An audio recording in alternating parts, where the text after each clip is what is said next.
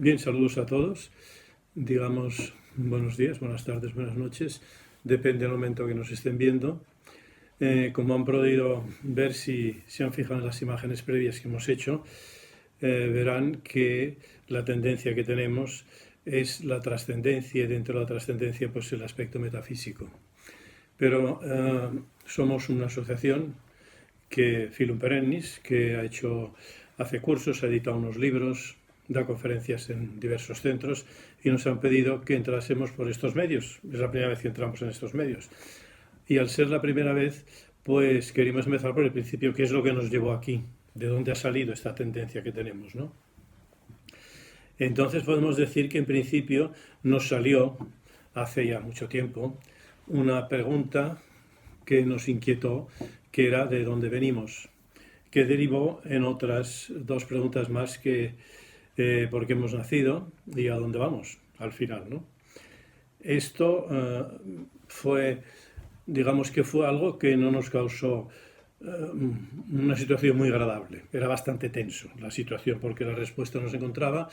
Los amigos nos decían no te metas en estos campos que es peligroso. No hicimos caso y estuvimos un tiempo, la verdad, bastante incómodo. Pero en fin, cayó en nuestras manos un libro que se llamaba La Nueva Revelación, de un tal Jacob Lorber, que era un músico austriaco, que nos dijo unas cosas que se nos fue el estado. Había alguna respuesta allí. El malestar desapareció. La pregunta seguía estando, evidentemente, de por qué hemos nacido y eso. Y entonces fuimos moviéndonos por ciertos campos. E intentamos entrar en el campo político-social, que es el que dominaba y en el que estábamos inmersos, porque no habíamos entrado en otros campos más condensados, como podía ser la filosofía o el campo religioso y esto. Y el campo político-social, como se pueden imaginar, no dio ninguna respuesta. Solo busca la comodidad del espacio-tiempo mediante discusiones entre países, guerras o lo que tengan que pactar ellos. No había respuesta alguna. Esto nos llevó a los filósofos y los filósofos, pues sí, decían alguna cosa interesante, pero también estaba limitado a lo psicológico. El campo espiritual estaba tocado a veces, había unas ciertas tendencias. Platón, por ejemplo, se veía que era más una tendencia más etérea, que podíamos decir que incluso Aristóteles, que era muy completo, pero no nos convencía del todo porque las preguntas seguían ahí. Entonces, en la cadena de nuestra vida, pues siempre tropiezas con maestros que te enseñan. El que tuvimos se llamaba José Sánchez, tenía una librería en Barcelona, que es nuestra ciudad, se llamaba Almirall. Él se pseudonimaba Sanova porque era pintor, era su seudónimo. Y este es el maestro más fuerte que hemos tenido. Entonces, hablando con él, nos dijo que el campo de la filosofía estaba muy bien, pero que dentro de la filosofía, dice la filosofía, que hay un campo que se llama la metafísica, que es como una parte de la filosofía. Y él nos decía a nivel jocoso, dice, filosofía es amor a la sabiduría, pero piensa que la metafísica se acuesta con ella. Lo cual, la broma no estaba mal, pero nos hacía pensar de que si la filosofía llegaba a un nivel, la metafísica llegaba al pleno nivel, por decir algo. Y entonces nos inclinó por el campo metafísico, que es donde nos hemos puesto. Y nos dijo que leyésemos autores metafísicos y los textos sagrados, evidentemente, había que conocerlos. Entonces eso entraba en el campo religioso. Dice, empieza por la religión, conoce lo que es religión y luego ya eso te irá llevando a la profundidad de la misma, que sería el campo metafísico. Nosotros tenemos la debilidad, o la cualidad, no lo sé, de buscar el aspecto etimológico, de las expresiones de las palabras, de lo que haya. Y vimos que religión venía de religar. Religar quiere decir que algo estuvo ligado, se desligó y tiene que volverse a ligar. Entonces, la religión es lo que daba los medios para que ese religamen se produjese. Y entonces nos llevó a un autor que era al que más hemos seguido, que era el francés René Guénon, muy recomendado por nuestro amigo el librero y maestro, desde luego. Pues, y luego a otro que era el maestro Edgar, que era un monje renano del siglo XIV, que en el cristianismo es la alta metafísica que hemos llegado a conocer. René Guénon decía expresiones. Una de ellas que nos llamó la atención y nos chocó mucho es que se basaba en la geometría sagrada, en un libro que tiene que se llama El simbolismo de la cruz, para nosotros bastante complicado, pero que al final se fue dilucidando. y nos decía que el verbo, ya que estábamos en el cristianismo, es la distancia entre el punto y su desdoblamiento. Eso nos causó como un impacto. Me dicen, pero ¿qué dice este tío, no? A ver, explica un poco todo esto. Decía, por el verbo, si vosotros veis el Evangelio de Juan, que es el más profundo de los 4 evangelios, en su prólogo dice que por el verbo todo fue hecho, y nada de lo que está hecho es ajeno al verbo. Con lo cual decía que la distancia entre el punto y su desdoblamiento era el verbo, siendo el punto el verbo, que se desdoblaba. Nosotros lo aplicamos a un ejemplo de una línea. Trazas una línea en un papel, haces un punto, sale un primer punto que se repite a sí mismo n veces, se forma una línea, y es obvio, al menos para nosotros, vemos que es de cajón, que todos los puntos dependen del primero. Si no hay primero, no hay línea. Y que todos los puntos son el primero repetido. Lo cual ya decía Guénon que encajaba un poco con lo de, no, pues si el punto es el verbo, vamos a basarnos en el cristianismo, concretamente en el Evangelio de Juan, en ese ejemplo que pone, que si el primer punto es el verbo, todos los puntos son el verbo, les guste o no les guste. Lo vamos a decir bien, todos los puntos no son el verbo, somos el verbo, nos guste o no. Entonces, ¿qué sería ese primer punto? Ese primer punto se versiona repitiéndose a sí mismo. Y cuando un uno se versiona, dicho una palabra, quiere decir universo, versión del uno, así de claro. La etimología nos lleva ahí. Entonces el verbo sería ese uno que se versiona y crea el universo entero, y su máximo desdoblamiento, siguiendo con la geometría, evidentemente sería una esfera, que es lo que decía Guénon. Una esfera, ¿por qué? Porque todos los radios son iguales. Y el primer punto, la igualdad que tiene, la tiene en sí misma, la tiene plena, no tiene por qué hacer desigualdades. Por lo tanto, saldría una esfera, cuyo centro sería el verbo, el primer punto de donde sale todo. Pensar que el centro, una esfera sin centro no hay esfera, como una circunferencia sin centro no hay circunferencia. Es necesario que el compás se clave en un punto, se abre y gira, pero sin ese primer punto aquello no se mueve. Todo viene del centro. Si tenemos una bellota en la mano, sabemos que dentro de la bellota hay una encina, porque si la plantamos sale una encina. Quiere decir que potencialmente ya está. Entonces ese verbo se reproduce, se realiza a sí mismo, realiza la línea se realiza a sí misma y entra en la segunda dimensión y crea la superficie. La superficie se realiza a sí misma y crea la tercera dimensión, que sería el volumen. ¿Y qué pasa con el volumen? Que no nos decía, en el volumen, cuando el volumen se conoce a sí mismo, conoce la totalidad de sí mismo, todo lo que era sucesivo se convierte en simultáneo, dicho así. Es decir, todo lo que tú veías antes, después y dentro del tiempo se convierte en el eterno presente, porque es simultáneo, no hay antes, después, ni arriba, ni abajo, ni dentro, ni fuera. Eso es el eterno presente. Eso es, geométricamente lo representaban así. Entonces, claro, había que ver que todo esto de dónde salía. Entonces hay una expresión de Guénon muy chocante. A ver, para que vayamos ahí tendríamos que ir al maestro Edgar antes. El maestro Edgar es un monje renano del siglo XIV, como hemos dicho, que decía unas cosas muy profundas, y en el siglo XIV pues sonaban, ya suenan raro ahora, calculen en el siglo XIV. Decía, por ejemplo, por decir una primera, Dios y la verdad son lo mismo, y si no fueran lo mismo yo dejaría a Dios y me iría con la verdad. Esto suena a blasfemia y herejía, pero es una gran verdad, porque si Dios y la verdad no son lo mismo, es que Dios no es Dios. Por lo tanto, no voy a ir donde no es Dios. Y luego decía una cosa muy chocante, que nos llamó la atención. Dice, cuando te encuentres mal, vete allí donde estabas antes de nacer y donde irás después de morir. Allí donde ni Dios es Dios, ni tú eres criatura. Y luego vuelve. Esto chocaba mucho. Chocaba mucho, como que ni Dios es Dios, ni yo soy criatura. Es decir, había lo que nosotros conocemos como inmanencia. Esto, en el budismo, hay dos situaciones, que es el nirvana y el samsara. Y en el hinduismo hay tres, que sería el no ser, el ser, que sería el uno, y su manifestación, que sería su versión. Entonces, ese no ser, ese nirvana y esa inmanencia, hemos hecho una analogía, que además Guénon nos la decía en una de sus definiciones cuando hablaba del océano. La simbología del océano dice, no es algo que hay que atravesar, es algo que hay que identificarse con él, porque no es más que la representación del nirvana.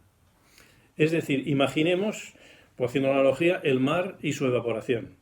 El mar sería la inmanencia, todo está junto, no hay diferenciaciones, pero hay una causa que hace que partículas del mar se exterioricen, que es la evaporación.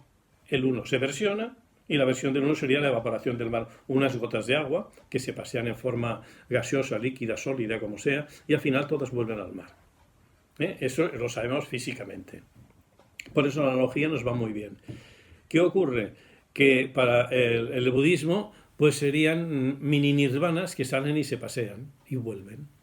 Pero claro, vamos otra vez a la línea y luego iremos a probar el mar otra vez. La línea decía que todos los puntos son el verbo repetido, pero la misma libertad que tiene el verbo la tienen ellos, porque como son el verbo repetido, y entonces sabemos que la perfección tiene un requisito indispensable, sin la cual no habría perfección. Ese requisito es la libertad. Si no hay libertad, no hay perfección. Lo que crea el primer punto es libre. Tiene que ser libre. Entonces, es libre de reconocer la dependencia del primero o no reconocerla. Y hay algunos puntos de la línea que se separan de la línea diciendo yo al primero, ¿para qué lo necesito? Si me lo monto por mi cuenta, soy autosuficiente. He dicho que se separan y tenía que haber dicho que nos separamos. Ahora lo veremos por qué. Entonces, claro, ahí se crea una doble situación. Hay dos situaciones, los puntos que siguen el orden universal y están encantados con el uno y disfrutan de su versión, paseándose por la manifestación, por el universo, y los otros que se apartan queriendo montar una cosa por su cuenta. Entonces, si vamos al Génesis, vemos que el Génesis nos dice en su principio que Dios crea los cielos y la tierra, con lo cual son dos situaciones. Nosotros con esta analogía vemos que los cielos serían aquellos puntos que siguen dependiendo, que están encantados con la dependencia del primero, porque saben que son el primero, y disfrutan de su versión. Se pasean por el universo, viajan por el universo en un orden, en el orden universal, con la realidad universal plena. Y hay otros que se separan, con lo cual vamos a ponerles la tierra es lo denso. La forma, el mundo de las formas son las distinciones, esto es un lápiz, esto es una mesa, esto es una cortina, aquello es lo que sea, una silla, una mesa o un coche que está pasando, o otro individuo. Tenemos el mundo de las formas que está sujeto a la materia. Entonces, ¿qué hace la religión? Como nos hemos desligado, nos da los medios para que esos seres, nosotros, que estamos sometidos a la forma y a la materia, nos da una oportunidad para que nos religuemos otra vez y volvamos otra vez a lo etéreo. O sea, nosotros somos almas, un alma es un espíritu, era espíritu cuando estaba en la línea, que ha querido dejar de ser espíritu y se ha convertido en alma, que sigue siendo etérea, porque el origen nuestro es etéreo, pero nos dan una forma, nos dan una materia que nos apoyemos, el cuerpo. Es una ayuda que tiene el alma como apoyo para ver si se realiza espiritualmente y vuelve a lo que era. Entonces, vemos que el maestro Edgar dice muy claro lo de ni Dios es Dios ni yo soy criatura, le dice a la gota, le está diciendo a la gota de agua que se tira al mar y vuelva a salir. Aquello de que cuando te encuentres mal, vete ahí donde estabas antes de nacer y donde irás después de morir sería el mar. ¿Por qué? Porque allí ni Dios es Dios ni yo soy criatura. Y luego vuelve a salir. Le dice a la gota de agua, tírate al mar y sal otra vez. Y date cuenta que aunque estés fuera del mar, eres el mar. Es decir, el trozo de nirvana que sale y se manifiesta en nirvana no deja de ser nirvana. Tiene que ser nirvana, le guste o no le guste. Nos guste o no nos guste la gota de agua, si somos gotas de agua, somos el mar. Eso es imposible de que dejemos de serlo. Y eso, adelanto ya un piropillo de entrada, eso sería lo que conocemos por virgen.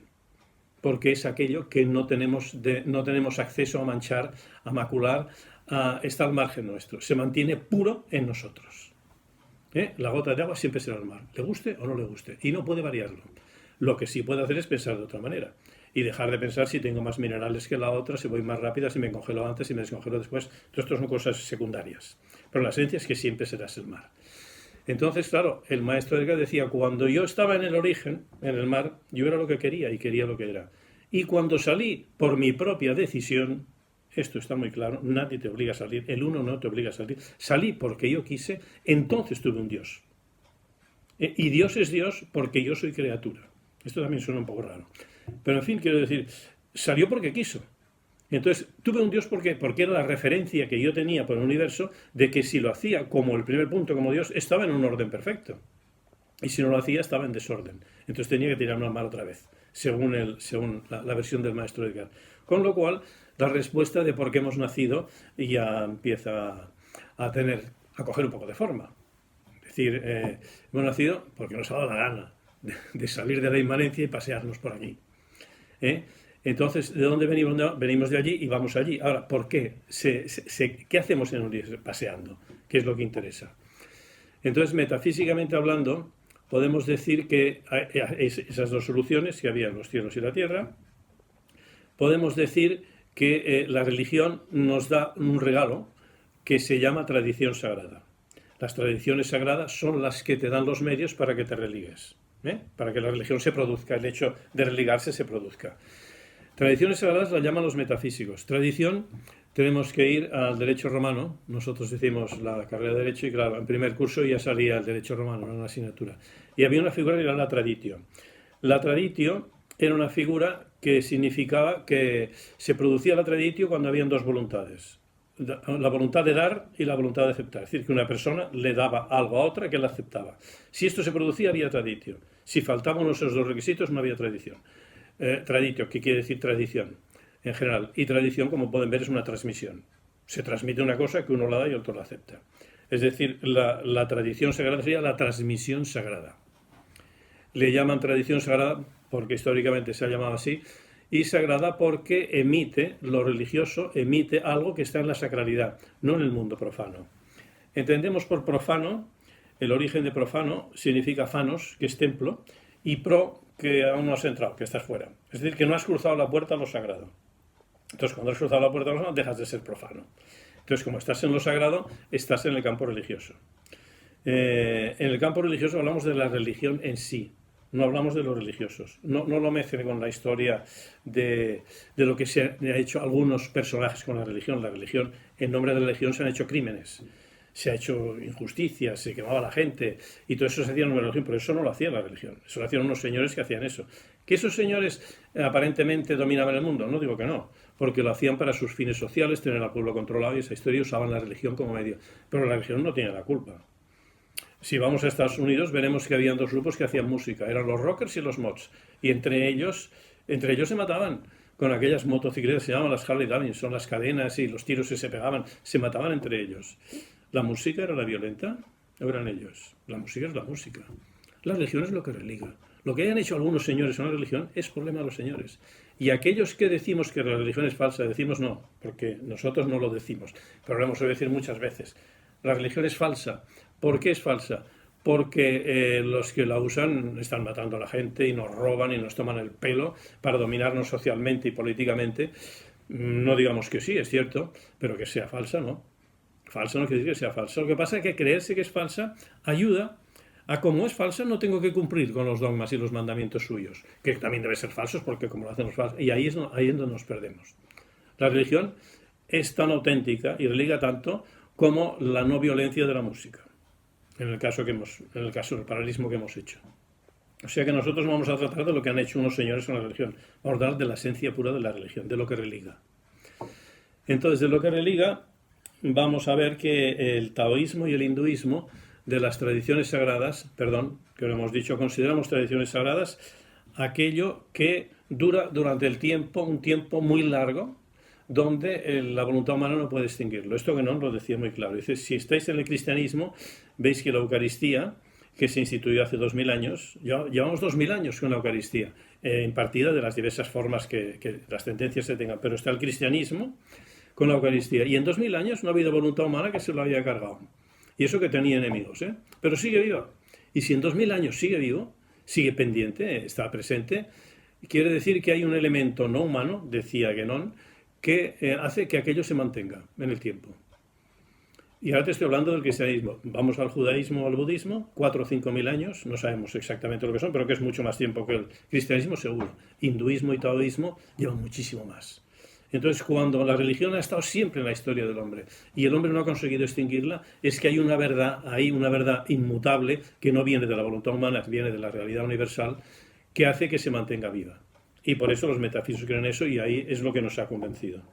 Entonces, si vamos al hinduismo y taoísmo, veremos que la representación de ese movimiento en el universo la expresan mejor. No quiere decir que las malas las expresan, todas son iguales. Quiero decir que taoísmo, hinduismo, budismo, judaísmo, cristianismo e islam, por decir las 6 principales, no es que sea una mejor que la otra. Todas son igual de mejores, cada una a su manera. Son diversas formas de decir lo mismo. porque van destinadas a cada sector de la humanidad que las tiene que ver de esa forma para que comprenderlas mejor. Son ramas de un mismo árbol, tienen un tronco común, que sería ese uno que se versiona, evidentemente. Entonces nos basamos en eso. Y su duración en el tiempo, consideramos que si su duración en el tiempo y está ahí, es un elemento no humano, por lo tanto, como no es humano, es divino, evidentemente. Consideramos que es la voluntad universal, por lo tanto, lo que dice la tradición sagrada es palabra de Dios. Es palabra del verbo, del primer punto. No es palabra del hombre, de la voluntad humana que no ha conseguido extinguirla. Entonces, ¿qué decía? Nos íbamos al taoísmo y al hinduismo, sobre todo. Bueno, sobre todo al taoísmo, al principio, usa la geometría. El taoísmo define que el universo es un cilindro, una especie de cilindro, con una espiral que va dando vueltas y va subiendo hacia arriba. Y sabemos que en un cilindro, las paralelas, que son las paredes que tiene, matemáticamente se unen en el infinito. Por lo tanto, hay una unión al final. Esto ha hecho que nosotros le hagamos una trampa al taoísmo y esperemos que no se enfaden los taoístas y hayamos convertido el cilindro en una esfera. Nos es más cómodo. Pero en una esfera también se unen, están los dos polos, Zenit y Nadir en la esfera universal, en el universo. Zenit y Nadir y la bóveda, que es una esfera. El ecuador sería el círculo perpendicular más grande de todo, que tiene el radio más ancho, y luego irían subiendo hasta unirse otra vez con los polos. El eje Zenit-Nadir, que es el de los polos, que no le llama el eje principal. Principal quiere decir que viene del principio, no es principal. Aunque sea una palabra que quizá la Real Academia no la tenga reconocida, es igual, quiero decir, a nosotros nos vale. Ya la reconocerá algún día si es que la Real Academia lo decide así. Para nosotros nos vale decir que procede del principio. Y el principio es algo que está ocurriendo, no que ocurrió. No hay varios principios que van pasando, hay un principio. Por eso, universo es la versión del uno, no la versión de unos cuantos. Es un uno que se versiona como del centro de un punto sale una circunferencia. No sale una circunferencia de 2 puntos, porque si 2 puntos deja de ser circunferencia. Quiero decir, vamos, que viene de ahí siempre. Entonces, tenemos la esfera y cada espira que decía el taoísmo sería un grado de existencia. Es decir, que hay muchas espiras que te llevan al polo, en nuestro caso la esfera sería circular por la superficie de la esfera, unas espiras que van llegando y llegan al cenit o al nadir. Es lo mismo que fuera el cenit o el nadir, porque se alejan de lo que está, el eje que sería el ecuador. El ecuador sería, como es el que está más lejos, sería el estado infernal, sería el infierno que se llama. Infierno etimológicamente quiere decir inferior. Véanlo como inferior respecto a que estamos más alejados de la línea original que ningún otro. Entonces, a partir del ecuador hay unas espiras que van girando hasta el cenit y otras que van girando hacia el nadir y progresan las dos igual. Porque en el universo no hay ni cenit ni nadir, ni arriba ni abajo, ni dentro ni fuera. Es todo eterno, todo universal, no tiene dimensiones, no las necesita, le damos nosotros las dimensiones. Con lo cual, nosotros hemos dicho que ¿qué pasa? ¿Por qué son espiras? Imaginemos que fueran circunferencias. Vamos a traicionar parcialmente, no, es solo para enfocarlo. Al taoísmo decimos, estos son, el ecuador sería una circunferencia. Entonces hay circunferencias paralelas al ecuador, perpendiculares al eje, que irían cada vez una circunferencia, sería más pequeña, la radio más pequeña, hasta que tocaría el polo. Entonces vamos a suponer que nosotros somos una espira, una circunferencia del hemisferio norte, por decirlo así, para que nos entendamos. Nuestra vida empezaría en el primer punto de la circunferencia, en la superficie de la esfera, daría toda la vuelta a la esfera y cerraría la circunferencia en el último punto donde llegaría la muerte física. Nuestra alma expiraría y se iría a la siguiente espira. ¿Qué quiere decir? Si esto fuera una circunferencia, el último punto coincidiría con el primero. Con lo cual se produce una repetición. Y esto los taoístas dicen que no puede ser. Y tienen toda la razón y la certeza, creemos, del mundo, al decir que si el último punto se cierra, se produce una repetición y la posibilidad universal opera desde el infinito. Por lo tanto, no hay repeticiones, porque una repetición supondría una limitación, como si no pudiera hacer algo y tuviera que repetirse. Y esto es una imposibilidad metafísica. Todo lo que hace la posibilidad universal siempre es nuevo. Por lo tanto, no se repite, no hay repetición. ¿Qué ocurre? Que el último punto, ¿qué hace? En lugar de coincidir con el primero, se sube encima y realiza una nueva circunferencia, que sería un nuevo grado de existencia para nosotros, porque estábamos en el estado humano, estamos hablando nosotros. pero ya no seríamos un seres humanos, seríamos el que está en el siguiente estado. Eso, como pueden imaginarse, de circunferencia no tiene nada, porque al subir se convierte en una espiral. Y esa es la espiral de la corriente de las formas. Entonces, grados de existencia. ¿Qué serían los grados de existencia? Serían, a ver, intuimos que muchos de ustedes están pensando en la reencarnación. Y eso, que la reencarnación supone repetición y que entramos en la carne otra vez. La reencarnación, podemos estar en lo denso, porque existencia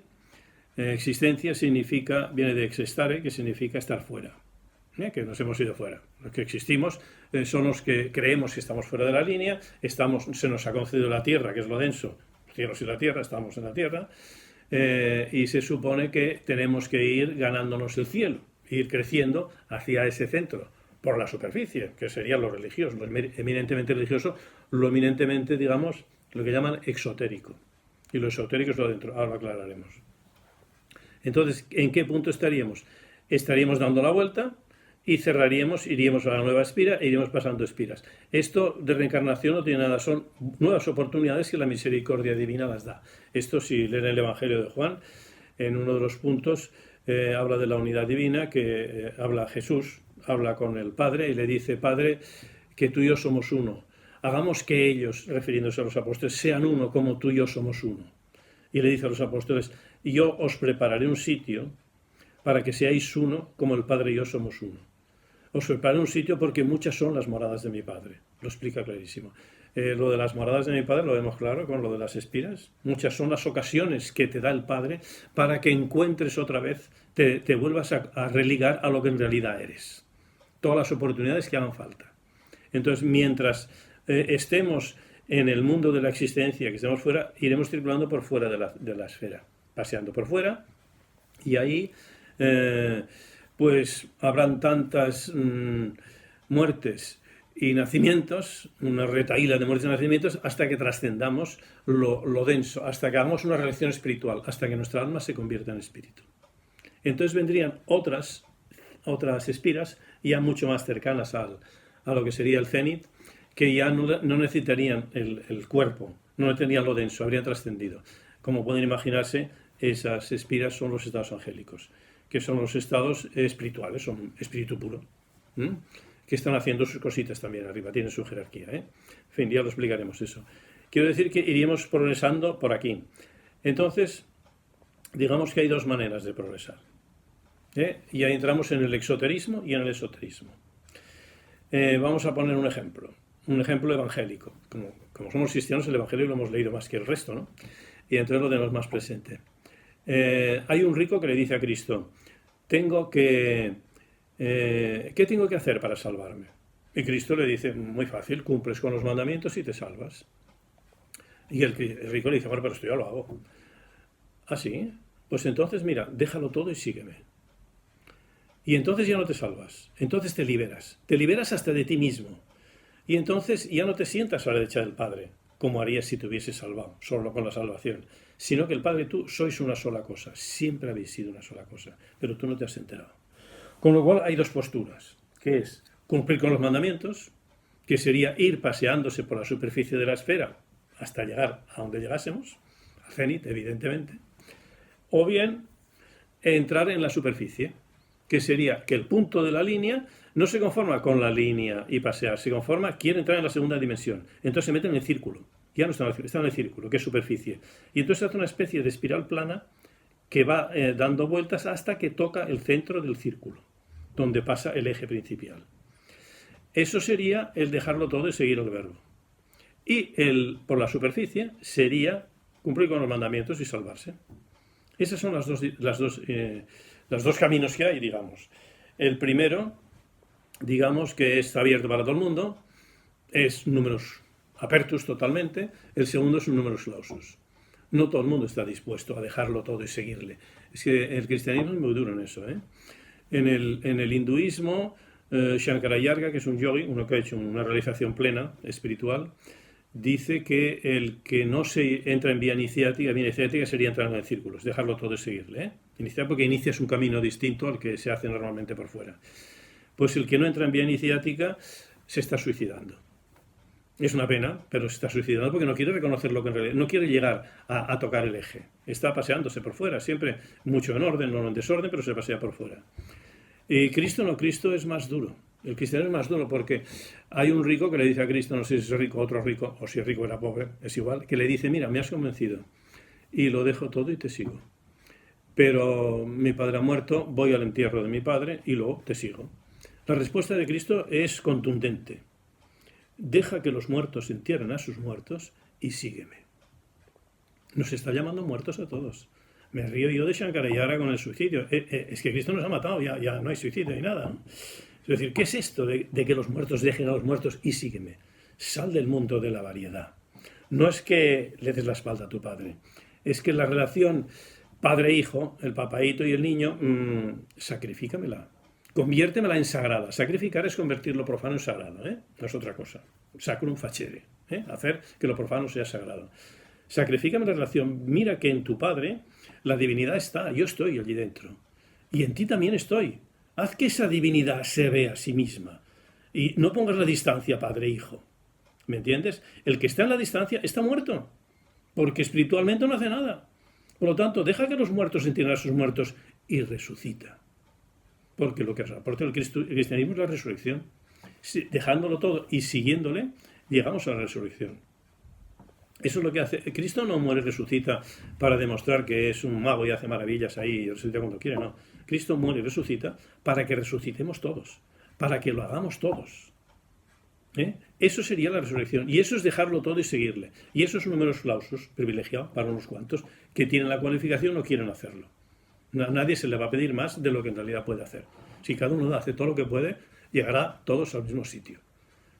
Lo que pasa es que si se quiere hacer, se hace. Y si no se quiere hacer, pues no se hace y se va deambulando por la superficie, al ritmo que sea. En la superficie se deambula siempre. Siempre se sube, el último punto siempre sube encima del primero. Seas una buena persona o seas un asesino. Siempre subes. Lo que pasa es que en qué condiciones subes y a qué estado, a qué espira llegas a subir. Puede que la buena persona suba unas espiras más arriba que el asesino. ¿Y en qué condiciones sube el asesino?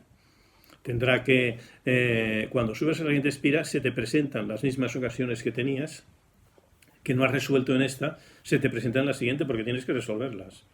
Esto llama Guénon que son las prolongaciones. Todo lo que no has hecho en este mundo se quedará pendiente de que lo resuelvas en el siguiente. Poníamos un ejemplo que dice, imagínense una pizza, cogemos un triángulo de la pizza, levantamos el triángulo para comerla y salen los filamentos del queso que quedan ahí. Pues esos filamentos serían las prolongaciones.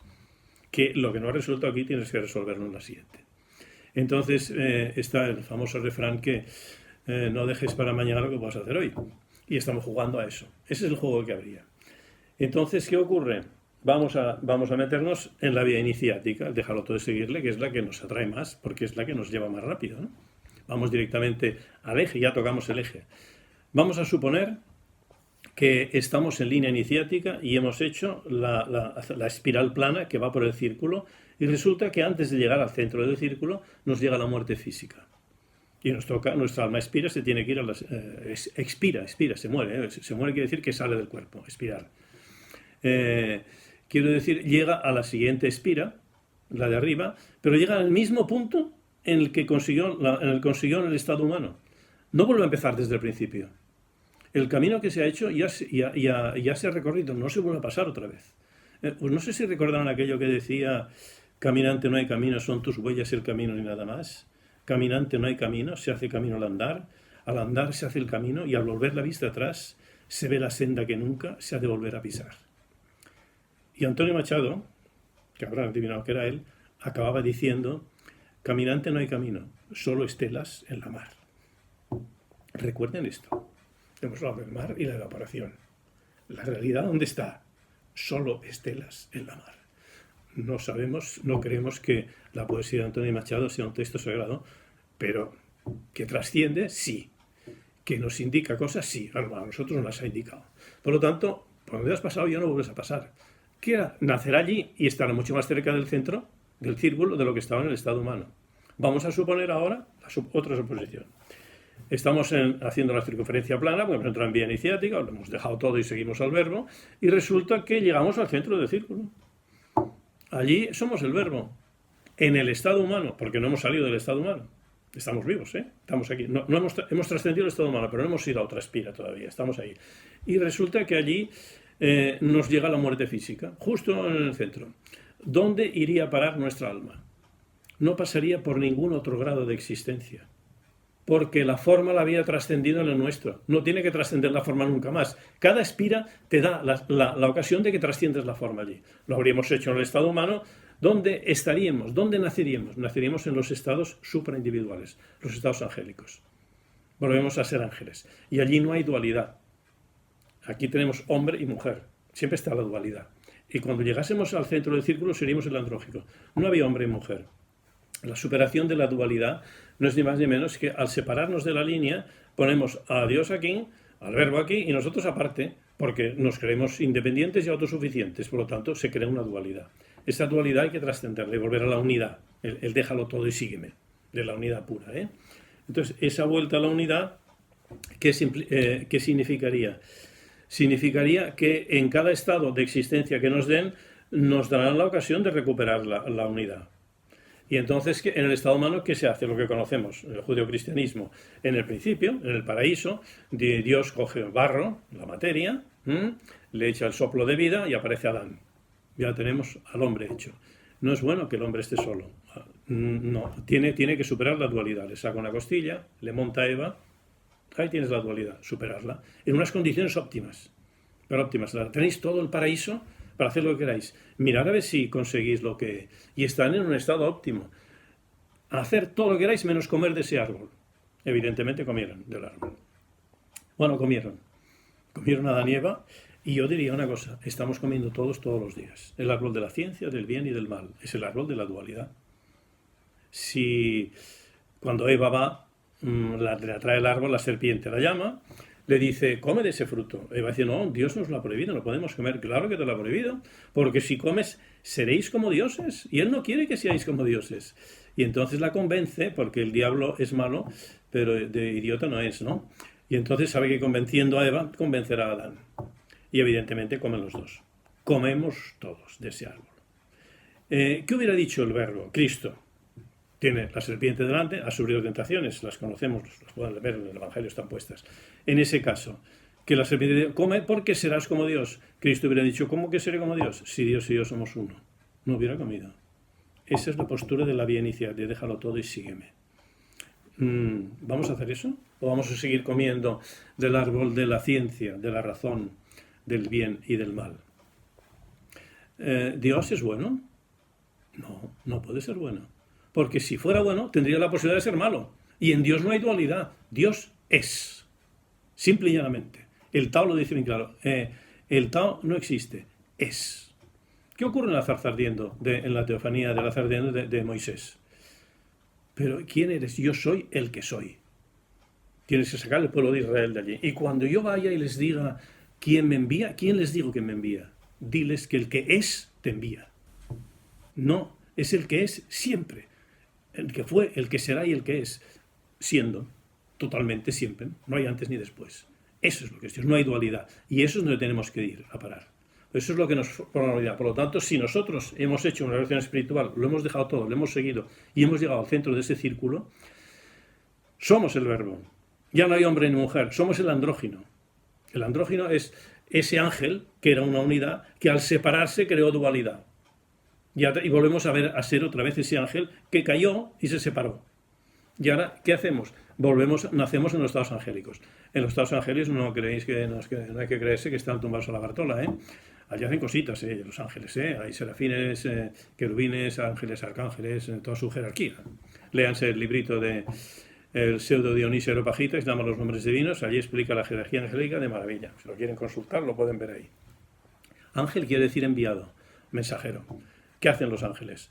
Pues el trabajo que tienen ellos es bajar a descender al estado de la existencia, en la forma que ellos quieran coger, porque pueden adoptar todas las formas, no están ascendido todas, y echarnos una mano, ayudarnos, la providencia es lo que usa, para que nosotros nos demos cuenta de que en realidad somos el verbo. Las ocasiones que nos da la vida, las oportunidades que tenemos, pues nos las pone allí delante. Eso, ¿qué sería? ¿Cómo puede presentarse un ángel? Puede ser pues un amigo tuyo que te has encontrado. Puede ser pues una banda de de anátidas se pasan volando. Una paloma que vuela, puede ser una trucha que salta del agua, puede ser un viento que llega, puede ser una nube que aparece, puede ser un niño que te está mirando, puede ser un perro que mueve la cola. No se sabe, pero está. El ángel de la guarda es una figura que conocemos todos. Están haciendo sus misiones. Y nosotros las pescamos o no las pescamos, ya depende. Pero eso es lo que hacen. Entonces, claro, depende de lo que hagan aquí, está una jerarquía angélica. Y ahora vamos a exagerar la nota. Vamos a suponer que somos un ser humano, hemos llegado al centro del círculo, no nos hemos muerto. ¿Cómo actuamos? Actuamos como actuaría un ángel. Porque en realidad ya no somos, ya no hay dualidad. Actuaríamos de una manera más unitaria. Diríamos cosas que a veces no se entienden. Cristo hablaba con parábolas. Estaba claro lo que decía. Había que irlo descubriendo, pero lo decía de manera que lo pudieras ir descubriendo. Pero vamos a suponer que estamos en los estados angélicos y todavía no nos ha llegado la muerte física. Estamos en el estado humano con nuestro cuerpo.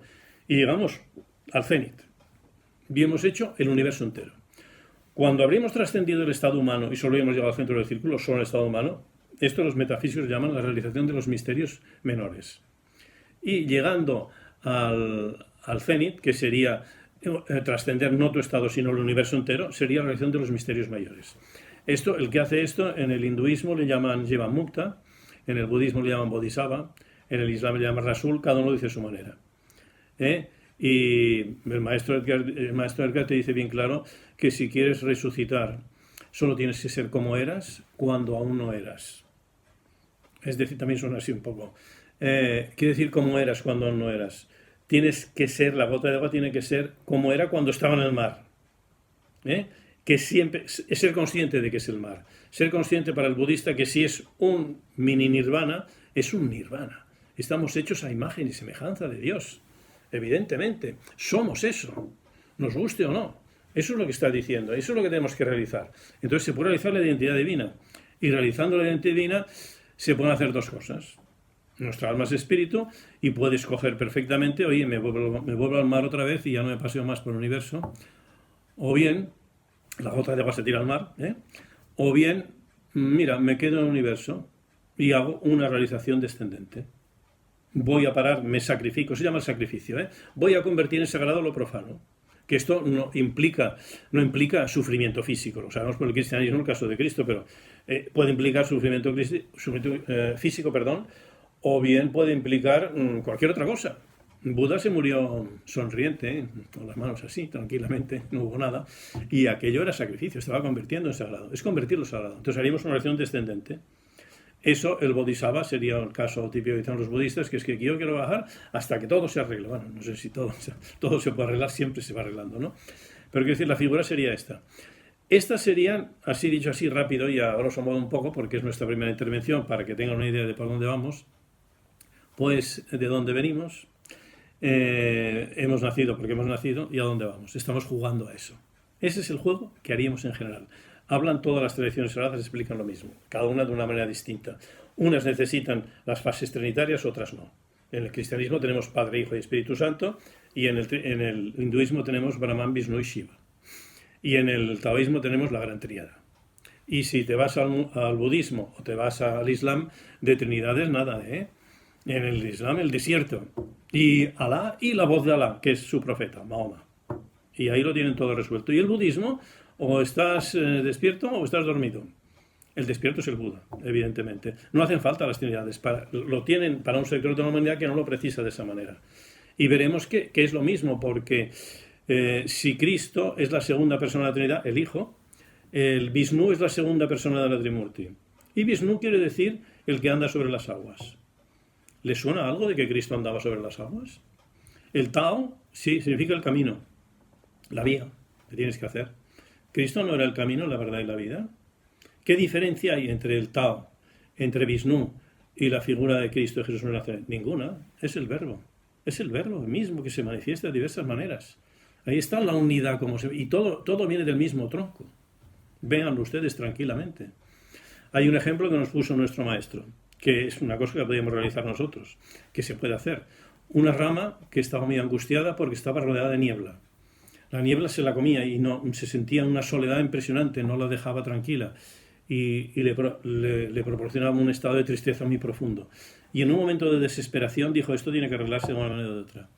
Y entonces, viendo que la savia era lo único que corría por su interior, ¿qué hizo? Se concentró en sí misma y decidió recorrer el sentido de la savia. Cuando empezó a tomar esa decisión, empezó a ver que la niebla que la rodeaba, que no era más que la ignorancia, se iba disipando. Y se dio cuenta que a su lado tenía una rama, y otra rama, y otra rama. Y a medida que iba avanzando, iba viendo que había muchas más ramas. Y cuando avanzó del todo, vio que había muchas ramas y que todas venían de un tronco común. Cuando se dio cuenta de la realidad del todo, que es lo que desconocía, se giró hacia sí misma y vio cómo empezó a dar flores y frutos como jamás se había imaginado. Esto es un relato taoísta que nuestro maestro nos lo explicaba. El interior, déjalo todo y sígueme, es el esoterismo, lo que está dentro, el núcleo. El exterior cumple con los mandamientos, también llegas, te sientes a la derecha del Padre, va muy bien, sería el exoterismo. Son las dos vías que tenemos. Así es como nos movemos por el universo. Así es de donde venimos, de dónde vamos y que hemos nacido, porque nos ha dado la gana de nacer. Está muy bien. Sí, además es muy divertido todo este tema. Esto es lo que podemos decirle así a grosso modo.